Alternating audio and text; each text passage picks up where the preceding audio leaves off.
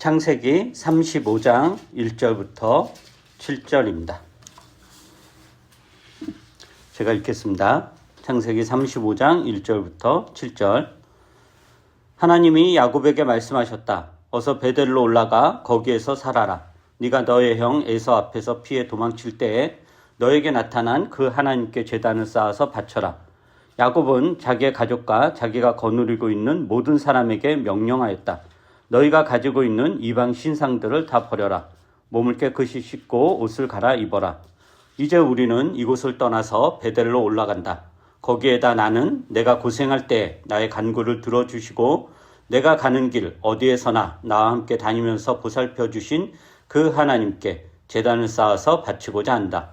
그들은 자기들이 가지고 있는 모든 이방 신상과 귀에 걸고 있는 귀고리를 야곱에게 가져왔다.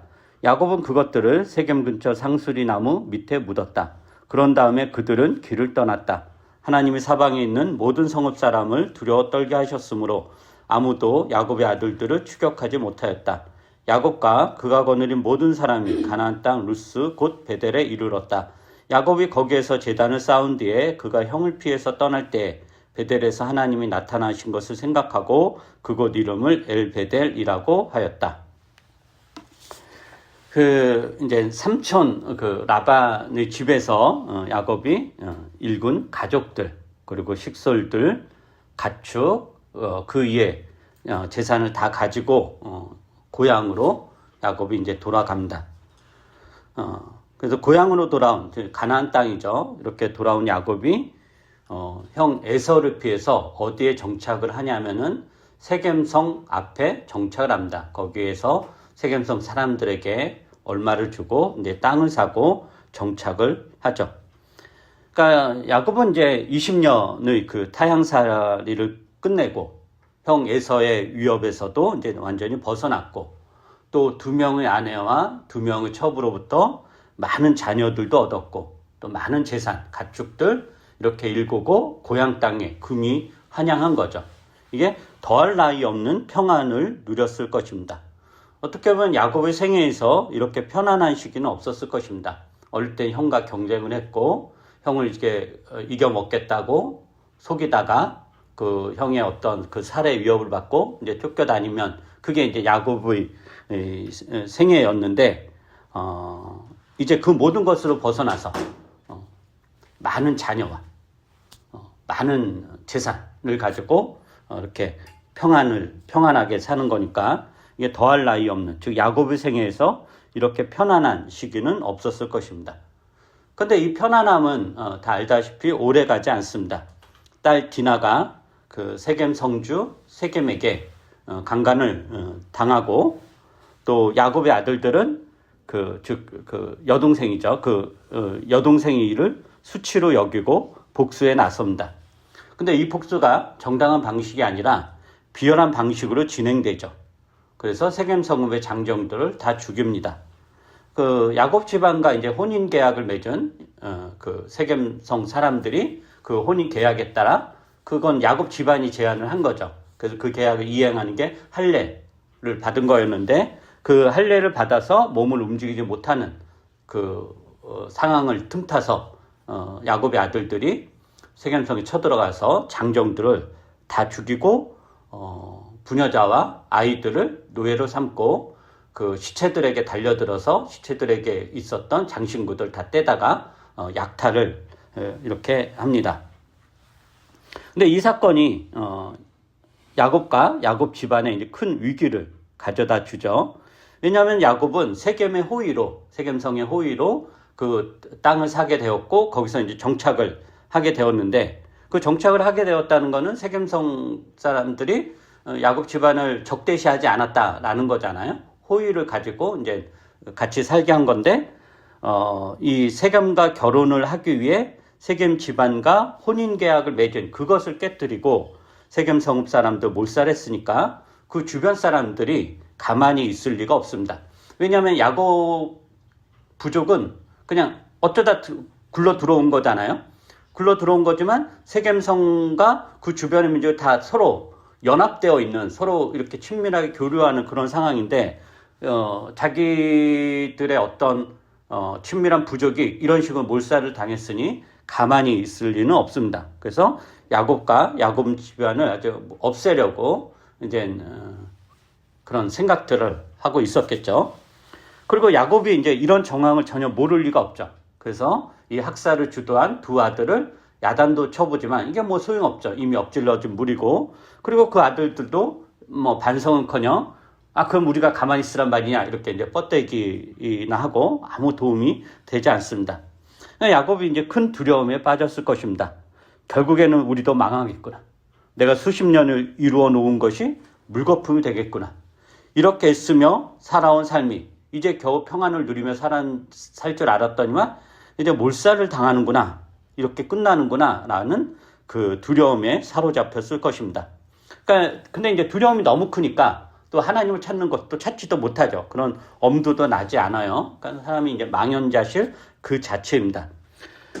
그런데 이제 그때 하나님이 야곱을 찾아오시죠. 오늘 1절에서 너무도 큰 두려움에 사로잡혀서 어찌할 바를 모르는 야곱에게 나타나서 아주 단호하고도 간결하게 말씀하십니다. 1절에 보면 어서 베델로 올라가 거기에서 살아라. 네가 너의 형 에서 앞에서 피해 도망칠 때에 너에게 나타난 그 하나님께 제단을 쌓아서 바쳐라 라고 명령합니다. 베델로 올라가서 거기에서 살라 라고 하죠. 베델은 어떤 곳이냐? 지난번에도 이야기했지만 베델은 야곱이 형 에서를 피해 도망치는 도중에 하나님을 처음 만난 지역입니다. 이전까지는 하나님을 이제 부모로부터 뭐 전에 들었겠지만 야곱이 하나님 직접 만난 적은 그게 이제 처음인 거죠. 야곱이 이제 형이 무서워서 도망치다가 그 빈들에서 잠을 청하는데 뭐 변변차 그러니까 이제 돌을 이제 베개 삼아서 자고 있는데 꿈에 하나님이 나타납니다. 나타나서 야곱과 함께 하겠다라고 약속하죠.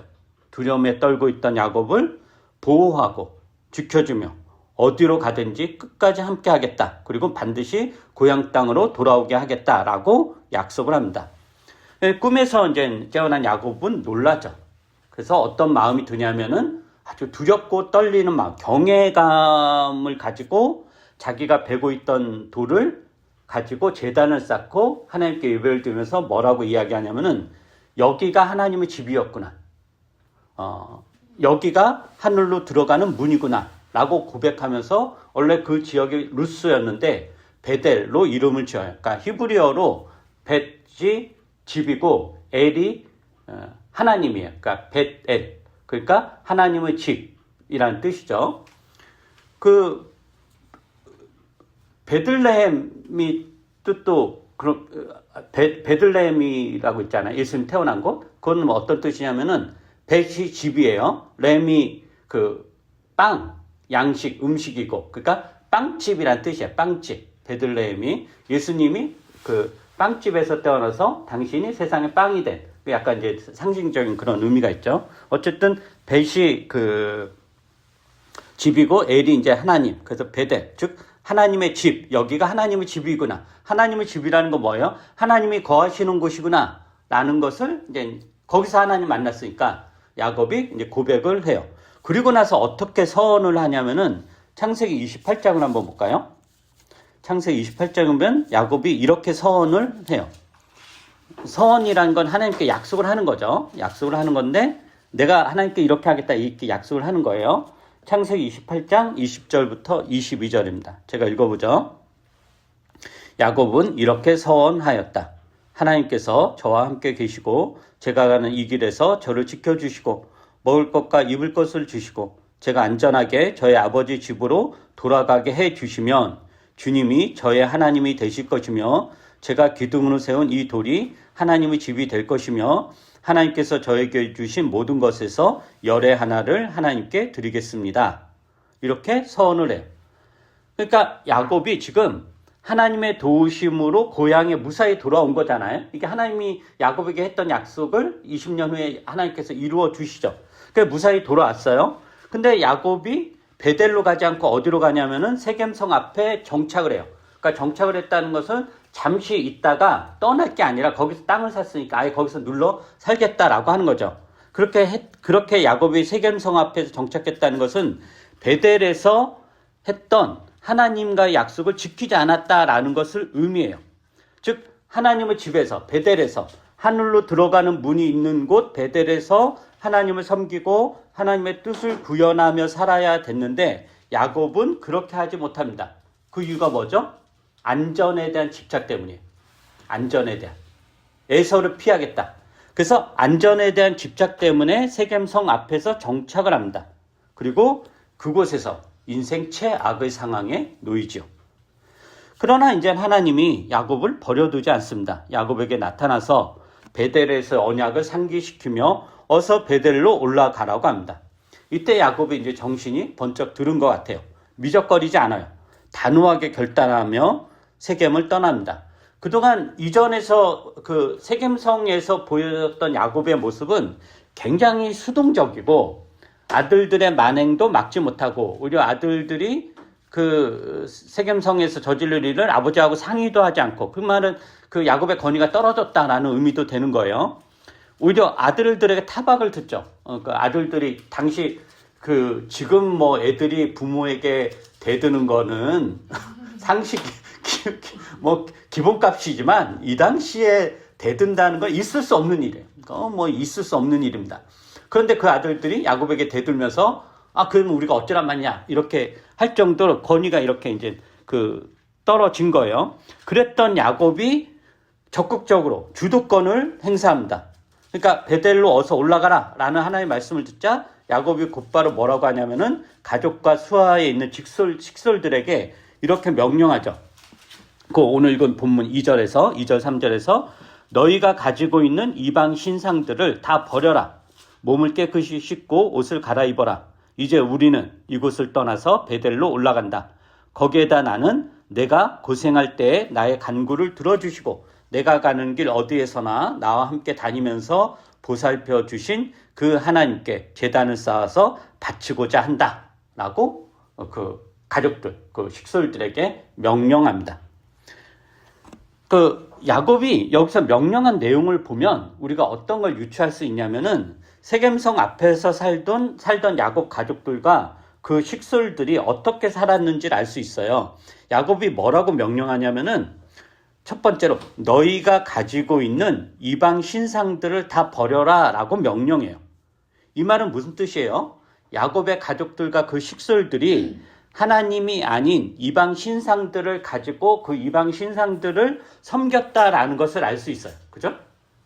다 이게 하나만 가지고 있는 게 아니잖아요. 너희가 가지고 있는 이방 신상들 다 버려라 그러니까 많은 그 야곱의 이제 직계 가족이 있고 또 딸려 있는 여러 식구들이 있고 그 종들이 있을 거 아니에요. 다 제각각 그 부적처럼 이 신상들을 가지고 있었다라고 하는 거죠. 근데 그걸 무슨 놀이개로 가지고 있었겠어요? 나름대로 그걸 의지하고 거기에다 빌고 소원도 빌고 뭐 그랬겠죠.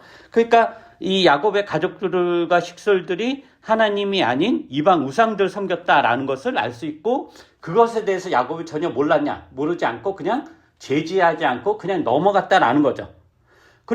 그래서 이제 창세기 31장에 보면 이런 내용이 나오거든요.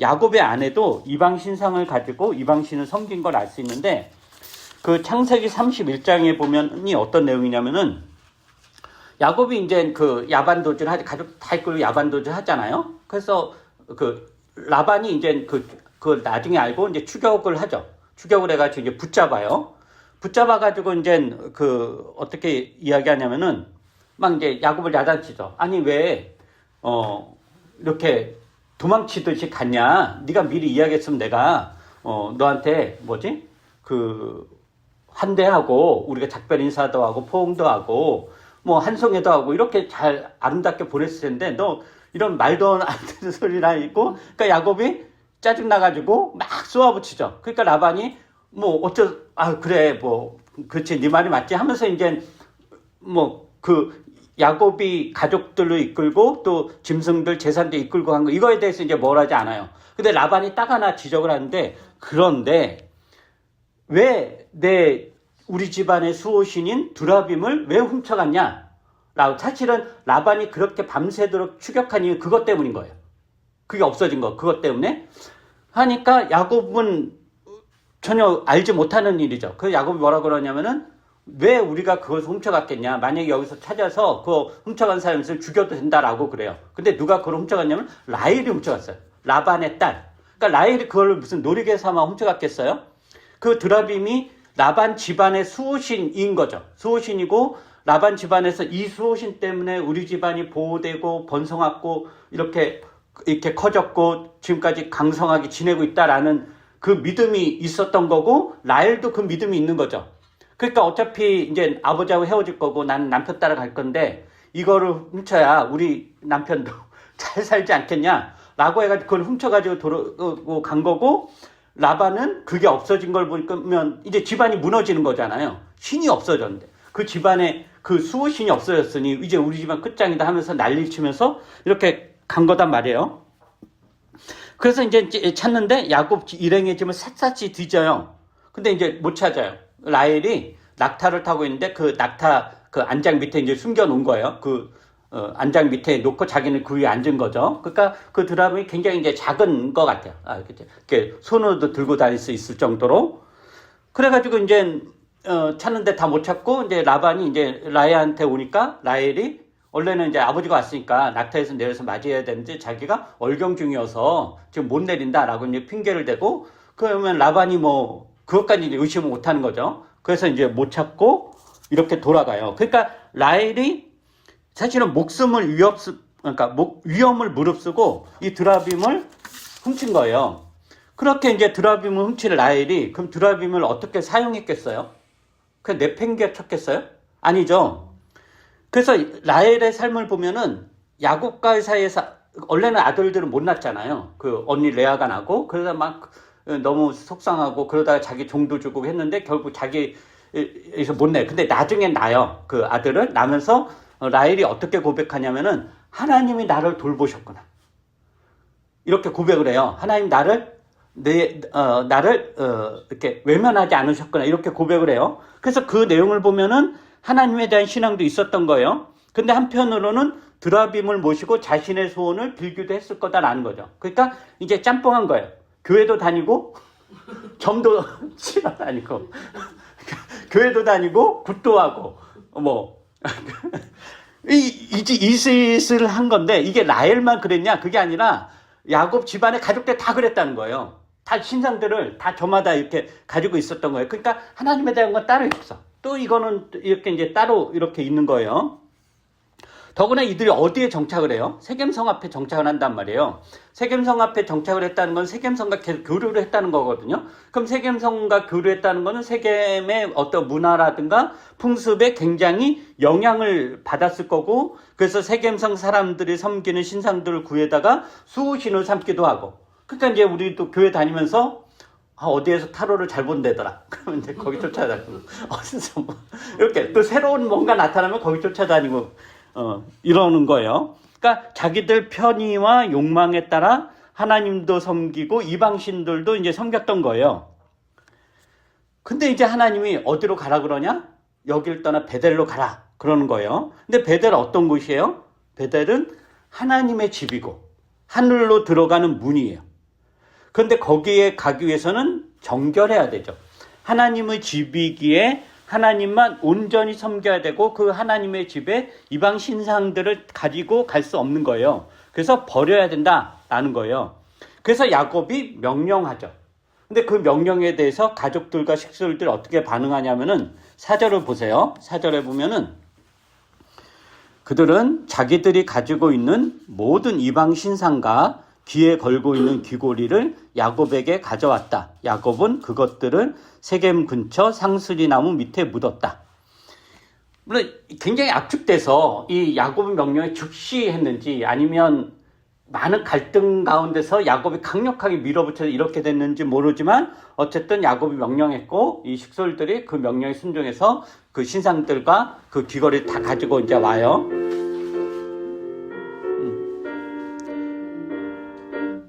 그리고 그걸 다 가지고 와요. 그래서 그렇다면 라헬도 아버지 라반의 집에서 훔친 드라빔 신상도 가지고 왔겠죠. 그것만 숨겨놓진 않았을 거예요. 그리고 야곱의 아들들이 세겜 성읍을 이제 탈취하면서 그 시체들에게 달려붙어서 물 다 빼앗았다고 그랬거든. 장신구들은 거기에 이제 귀걸이도 포함됐겠죠. 그런 것들도 다 이제 포함된 거예요. 그래서 야곱이 그것을 어디에 묻냐면은 세겜 근처 상수리 나무 밑에 묻어 버려요. 그것들을 베델로 가지고 가지 않겠다라고 하는 거죠. 즉 베델에서 하나님을 섬기는데 방해가 되는 것들이기에 아무리 귀중하고 비싸고 화려하고 탐나는 것일지라도 버리고 간다라는 것입니다. 하나님을 섬기는데 방해가 된다면 무엇이라도 버리겠다라는 단호한 결심과 단호한 행동입니다.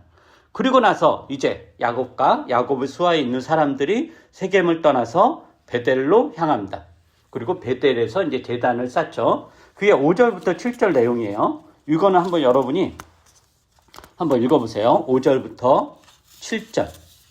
35장 5절부터 7절. 시작. 그런 다음에 그들은 길을 떠났다.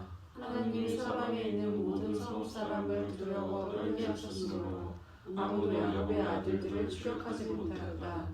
야곱과 그가 거느린 모든 사람이 가나안 땅 루스 곧 베델에 이르렀다.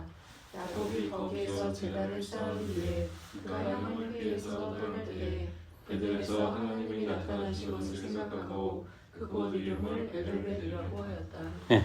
자, 세겜성을 도륙하고 이제 한급하게 도망치는 거잖아요. 야곱과 야곱의 가족들이. 그럼 당연히 세겜성 주변의 여러 부족들이 가만 놓아둘 리 없죠. 저 인간들 도망친다 하면서 그 야곱과 그 가족을 없애려고 했을 것입니다. 한급히 도망치는 이 야곱과 그 일행들을 추격해서 이제 죽이려고 했겠죠. 그런데 하나님이 어떻게 했다는 거예요? 하나님이 사방에 있는 모든 성읍 사람을 두려워 떨게 하셔서 아무도 야곱의 아들들을 추격하지 못하였다라고 합니다. 즉 하나님을 섬기는데 방해되는 모든 것을 제거하고 하나님 명령대로 베델로 향하는 야곱과 그 가족을 하나님은 지켜주십니다. 이게 하나님이 야곱을 처음 만났던 그 베델에서 하나님이 야곱에게 하셨던 약속이죠. 하나님은 지켜주신다라는 거예요. 즉 자신들을 지켜준다고 소중하게 간직하고 있던 드라빔이라든가 이런 이방 신상들이 자신들을 지켜줄 수 없다는 것. 오히려 그것을 버릴 때 하나님은 자신들을 지켜준다는 것을 경험합니다. 그러니까 우리가 우리 자신을 지켜준다고 집착하고 놓지 못하고 끔찍하게 아끼며 가지고 있는 것들이 우리를 지켜주는 것이 아니라 오히려 그러한 것 때문에 발목이 잡혀서 이러지도 저러지도 못하는 상태가 됩니다. 우리가 베델로 가려면 그것들을 다 버려야 합니다. 이런 걸 생각을 해보죠. 저기 멀리서 이제 쓰나미가 몰려와요. 우리 바닷가 그 호텔에서 화려한 복장과 옷을 입고 파티를 즐기고 있어요. 쓰나미가 몰려와요. 도망쳐야 살 수 있죠. 거기서 뻗대기단 죽는 거 아니에요? 근데 그때 도망치는데 방해가 되는 건 뭐죠? 그렇죠. 물건들이죠. 평상시에 자신을 화려하게 돋보이게 하고 다른 사람들에게 멋지게 뽐내던 화려하고 무거운 복장들, 드레스, 귀금속으로 만든 무거운 장신구들 이런 겁니다. 나를 돋보이게 하려고 치장하고 몸에 걸친 것들이지만 그로 인해서 발목이 잡히고 움직이지 못하고 허리는 구부려지고 걷는 것은 뒤뚱뒤뚱 걷고 높은 하이힐로 무릎은 다 망가지고 그런 상황에서 살겠다고 더 뭘 걸치면 어떻게 되겠어요? 살 수 없죠. 그걸 더 걸치는 건 해결되지 않습니다. 오히려 더 망가질 뿐입니다. 그나마 몸에 걸친 것을 버려야 살아날 가능성이 더 높습니다. 산다는 건 뭘까요? 나이가 든다는 건 무엇일까? 우리가 몸으로 비유하면 사실 나이가 들면 들수록 계속 몸에 뭘 걸치는 것 같아요. 나이가 들면 들수록 걸치는 게 더 점점 더 늘어나죠. 아이와 어른의 차이가 뭐죠? 아이와 어른의 차이? 아이는 가볍고 어른은 무겁죠. 이게 몸무게 이야기가 아니라 어른은 걸친 것이 너무 많기 때문이에요. 그죠? 걸친 건 너무 많죠. 그 걸친 것이 너무 많아서 제대로 걷지도 못하고 힘겹게 인생을 겨우겨우 살아갑니다. 더 많은데도. 애들은 없잖아요. 아무것도. 근데도 그냥 룰라나가며 행복하게 살잖아요. 남의 것 가지고. 근데 어른들은 계속 걸친데도 겨우겨우 살아가요. 그리고 그 걸친 것을 벗어도 되는데, 그렇게 해도 죽지 않는데, 오히려 벗으면 가볍게 날아갈 수도 있는데 더 걸치겠다고, 더 쌓아놓겠다고 하면서 힘겹게 인생을 살아갑니다.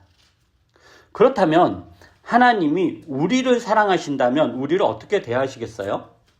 우리가 더 걸치겠다고 달라는 것을 들어주시겠어요? 아니면 우리가 걸치고 있는 것도 빼앗아서 나무 밑에 묻어버리겠습니까? 후자죠. 그래서 하나님을 믿는 신앙이라 이런 것 같아요. 우리가 이제 뭐가 필요해서, 무엇이 필요해서 하나님에게 요구하고, 그리고 하나님이 그것을 들어주고, 우리의 기도에 응답하고, 그래서 때로는 그런 일들로 인해서 우리의 신앙이 자라기도 합니다. 저도 그런 경험이 여럿 있고, 그러면 진짜 하나님 내 편이구나, 하나님 나를 기억하는구나, 하나님 나를 사랑하는구나, 기도가 응답되네, 이런 걸로 인해서 우리의 신앙이 자라기도 합니다. 그러나 이제 제가 아직 나이는 별로 안 들었지만, 여기선 제일 많은 것 같네. 근데 나이가 들고 신앙생활을 점점 하면서 경험하는 것은 뭐냐? 하나님은 내가 나를 지키겠다고 내 몸에 이리저리 휘감고 걸친 것들을 치우시는구나 라는 것도 경험하게 되는 것 같습니다. 하나님이 내 기도를 들어주지 않으시고 환경을 점점 더 어렵게 만들어 가시는 것을 경험하면서, 아유 그래, 뭐하러 내가 그런 것에 의지했나, 그것 없어도 살지 라는 고백을 하게 됩니다. 그래서 좀 인생이 가벼워지죠. 그러니까 하나님을 믿는다는 건 뭐냐? 우리가 요구하는 것을 하나님이 다 들어주셔서 우리의 삶을 무겁게 만드는 것이 아니라, 오히려 우리가 요구하는 것을 들어주지 않으므로 우리의 삶을 가볍게 만들어 주시는 것. 그래서 하나님 한 분만으로 족하다는 것을 경험하는 것 아닐까. 이런 게 점점 더 많아지는 것. 이게 신앙의 생활, 신앙의 길 아닐까라는 생각을 해봅니다. 그렇다면 여러분에게 버려야 될 드라빔은 무엇이 있습니까? 여러분의 삶을 옥죄고 앞으로 나아가지 못하게 하는 것들은 무엇이 있습니까? 더 가지려고 하지 말고 버리십시오. 자녀에 대한 세속적인 기대, 남편이나 아내에 대한 그 쓰잘데기 없는 그런 기대, 본인의 직업이나 미래에 대한 기대, 이런 건 내려놓는 과정이 인생입니다.